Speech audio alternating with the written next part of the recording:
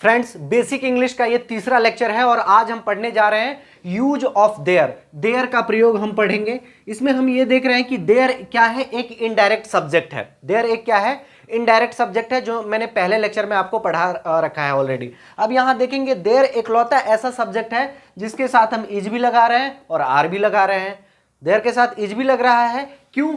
Is एक singular helping verb है और आर एक प्लूरल हेल्पिंग वर्ब है, यानी देयर इकलौता ऐसा सब्जेक्ट है जिसके साथ सिंगुलर हेल्पिंग वर्ब और प्लूरल हेल्पिंग वर्ब दोनों का प्रयोग किया जाता है। कैसे? तो नाउन के आधार पे करते हैं। तो अभी हमने देखना है देयर का प्रयोग। ये है देयर का फॉर्मूला। देयर का स्ट्रक्चर है, पहले देयर, उसके साथ इज और उसके बाद ए और एन। ये कैसे?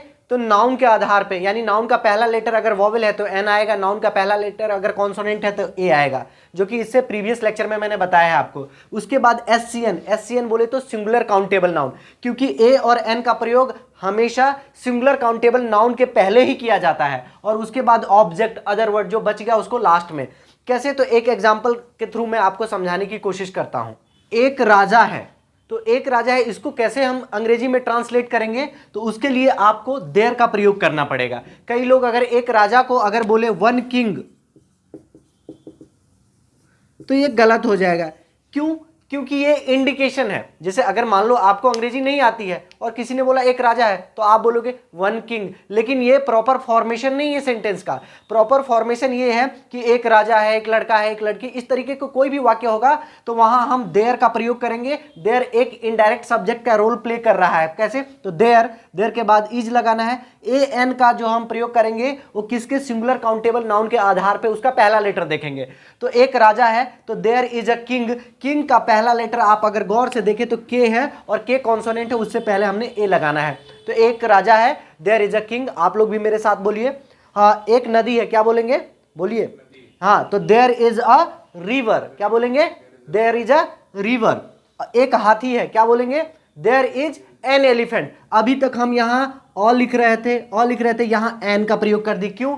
तो एन के बाद आप देखिए एलिफेंट, एलिफेंट का पहला लेटर ई है और ई क्या है? वॉवेल है। वॉवेल से पहले हम एन का प्रयोग करते हैं। ये सब बेसिक लेक्चर में मैंने पढ़ा रखा है, इस वीडियो के डिस्क्रिप्शन में भी आप देख लेना। अब कुछ एग्जाम्पल और देखेंगे। एक लड़का है, तो इसे कैसे बनाएंगे? ठीक उसी तरह से जैसा अभी आपने ट्रांसलेट किया है। तो देयर इज, ए एन छोड़ दीजिए और ये देखेंगे नाउन। नाउन क्या है? लड़का, तो बॉय। बॉय का पहला लेटर बी है तो ए आएगा। तो देयर इज अ बॉय। एक कहानी है, देयर इज अ स्टोरी। एक मोबाइल है, देयर इज अ मोबाइल। एक नेता है, देयर इज अ लीडर। इस तरीके से आपको सेंटेंस बनाना है, समझ के। लेकिन ये आपका शुरुआत है, दिस इज योर बिगिनिंग। अब हम इसको धीरे धीरे और भी बड़ा सेंटेंस बनाएंगे। कैसे बनाएंगे? तो देखते हैं। सेंटेंस देखेंगे। मेरे गांव में एक डॉक्टर है, तो मेरे गांव में एक डॉक्टर है, तो पहले आपको देखना है कि है क्या।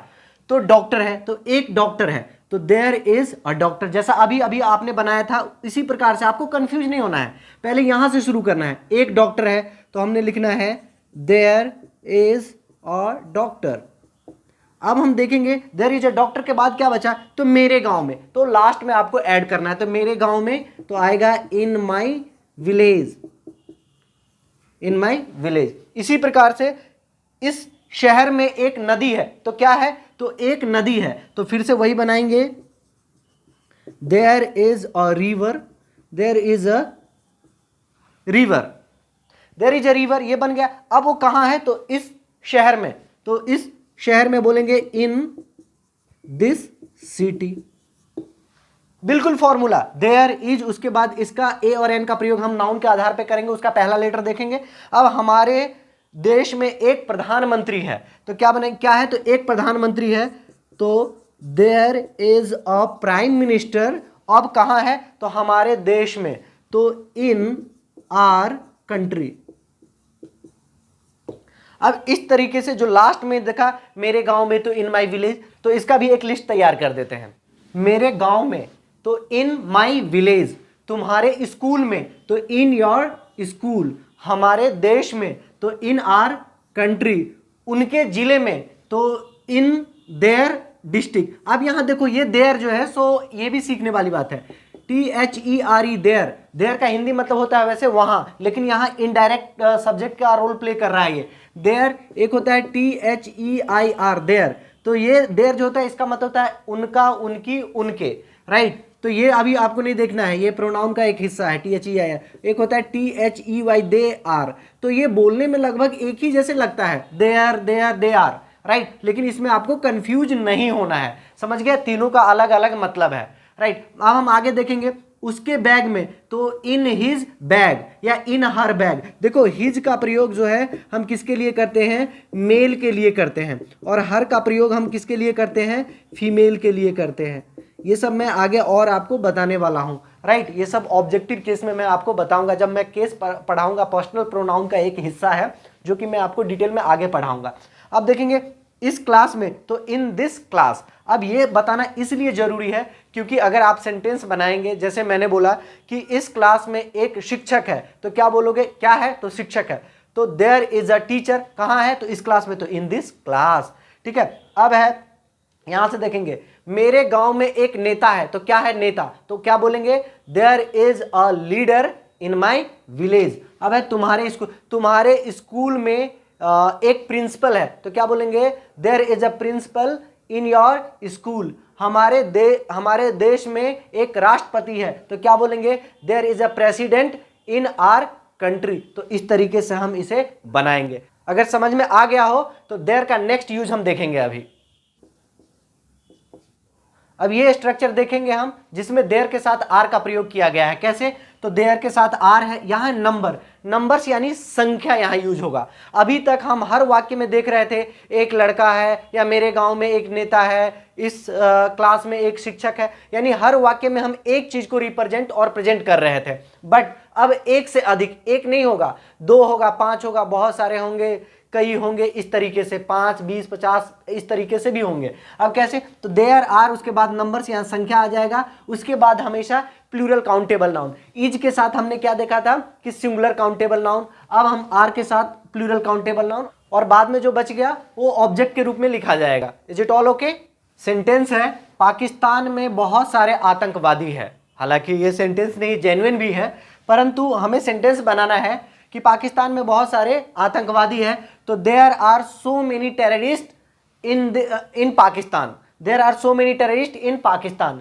अब अगला जो सेंटेंस है कि हमारे देश में कई नदियां हैं, तो there are several rivers in our country.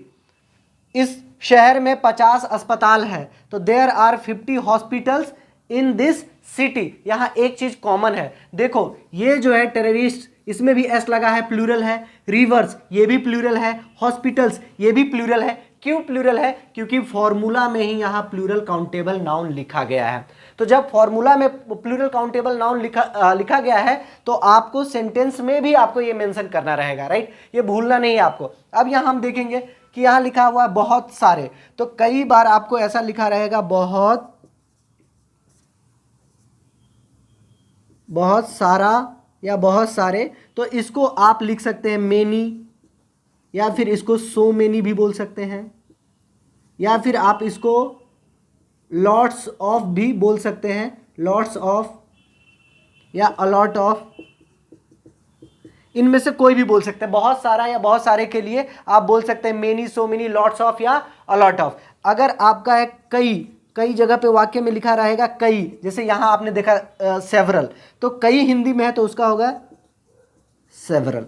तो इस प्रकार से हमें ये चीज देखना है। अगर आपको कंफ्यूजन लग रहा हो तो आप कमेंट करके हमें बता सकते हैं, राइट। और आपको बहुत ज़्यादा दिक्कत है तो इसके नोट्स भी आपको मिल जाएंगे। डिस्क्रिप्शन में मेरा व्हाट्सएप नंबर है, अगर आप नोट्स चाह रहे हैं तो आप वहाँ भी मुझसे कॉन्टैक्ट कर सकते हैं। तो मेरे ख्याल से आपको समझ में आ गया होगा, क्योंकि देयर का यूज हमने इज के साथ भी देखा और आर के साथ भी देखा। देयर के साथ हम इज का प्रयोग कब करते हैं, जब सिंगुलर काउंटेबल नाउन हो, कोई भी एक नाउन हो। और देयर के साथ आर का प्रयोग हम कब करते हैं, जब प्लूरल काउंटेबल नाउन का प्रयोग किया जाएगा, तब जाकर के हम आर का प्रयोग करेंगे। तो इस प्रकार से बहुत सारे सेंटेंस आप प्रैक्टिस भी कर सकते हैं अपने घर पे, और हमारे सारे लेक्चर को आप नोटबुक में नोट करें और सीखें। तो आज के लिए इतना ही काफ़ी है। Thank you so much. जय हिंद, जय भारत।